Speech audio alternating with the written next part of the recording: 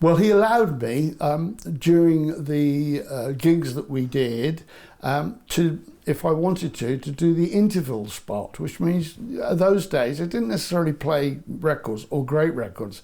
We were playing trad jazz records during the thing. So the thing was, he wanted to keep the mood going, so he would allow me or whoever with him to want to do the interval spot, as it were. And during those interval sessions, which he allowed me to do to extra money or just to fill up the space so that we had good music in the middle part, that's what he wanted to make sure people were aware of, that he was playing blues and that all the people they were listening to would be the people on the stage, rather than play records by people, obscure people that they can go and buy and do it themselves.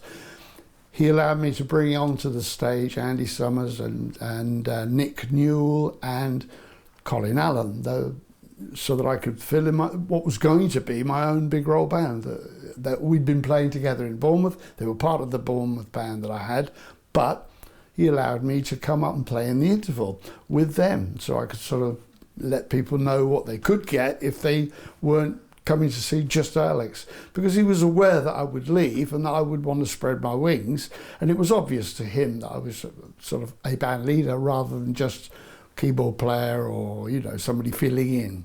And that was great because he allowed me that freedom. I had not thought about how I was going to make a living in London if I wasn't working with him. He gave me the facility and confidence to say, look, there's an El Toro club, which is in Finchley Road. It was a basement, and it had John Mayall played there, the Embers played there. I saw a lot of great bands, early bands there, and I played the interval on my own with the organ.